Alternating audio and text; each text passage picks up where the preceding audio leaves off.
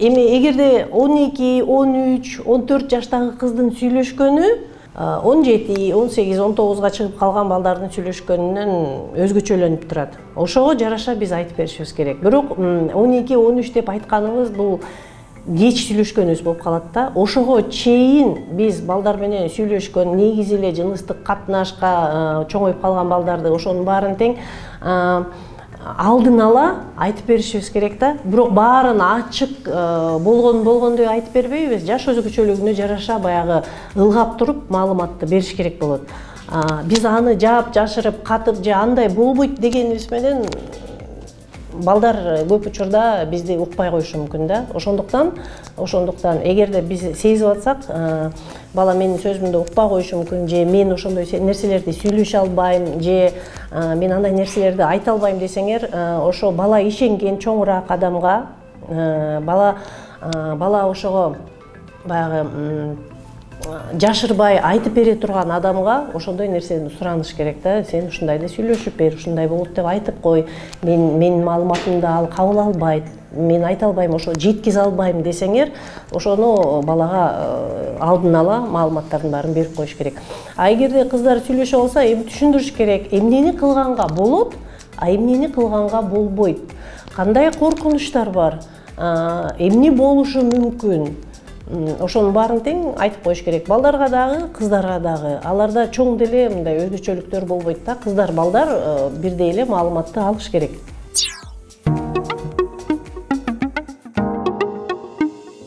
Андай да болушу мүмкүн. Балдарыбыз жыныстык катнашка баргандан кийин ар кандай ооруларды жугузуп алышы мүмкүн. Андай учурда биз көпкө чейин аны урушуп, же дагы бирдеме дебей, эң биринчи кылганыбыз бир баланы врачка алып барышыбыз керек. Дарыландырыш керек. Анан көп балдар айтпай коюшат. Биз кичине мындай байкап турушубуз керек да. Эркек баланыкы, кыздыкы дагы баары бир билинет ооруп аткандыгычы. Анткени ал деген өзүлөрүнүн баягы жүрүм турумунан билинип калышы мүмкүн. Балдардыкы жанагы даратканага барганда да билиниши мүмкүн.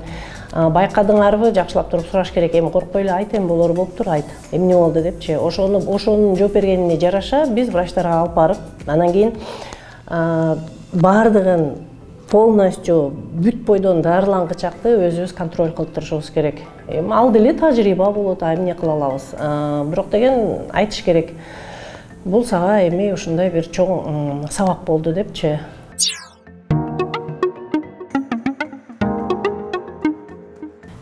Эми турмушта ар кандай болот экен да.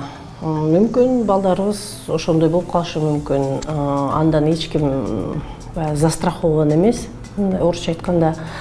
Анан эгерде эми болору болду, эң негизгиси ата-эне катары биз биринчи билгенибиз жакшы да. Андай нерселер жөнүндөчү балдарыбыздын жашоосунда, турмушунда ушундай нерсе болуп калганын.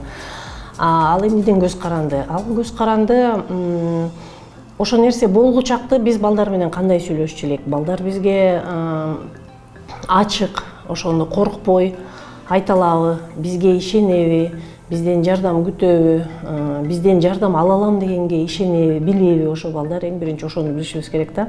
Ошондон мындай нерселер болуп калгычакты биз ата-эне катары ошо туура тарбия беришибиз керек да. Боюнда болуп калды деген маселени алып көрсөк, эми урушкандан пайда жок. Ата-эне катары мүмкүн баягы кечиккен сөздөрдү айтышыбыз мүмкүн. Эмнеге андай болду, анан эми аны сурай бергенден деле пайда болбой калат. Эң биринчи ден соолугун караш керек.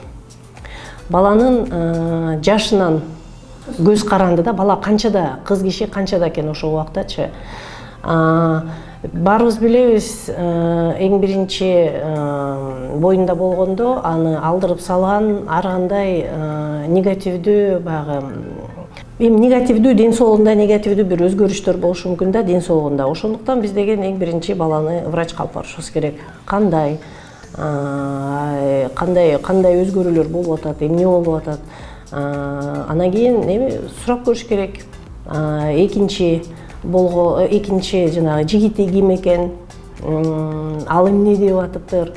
Андан кийин ошого жараша эми кыймыл аракеттин баарын кылыш керек болот.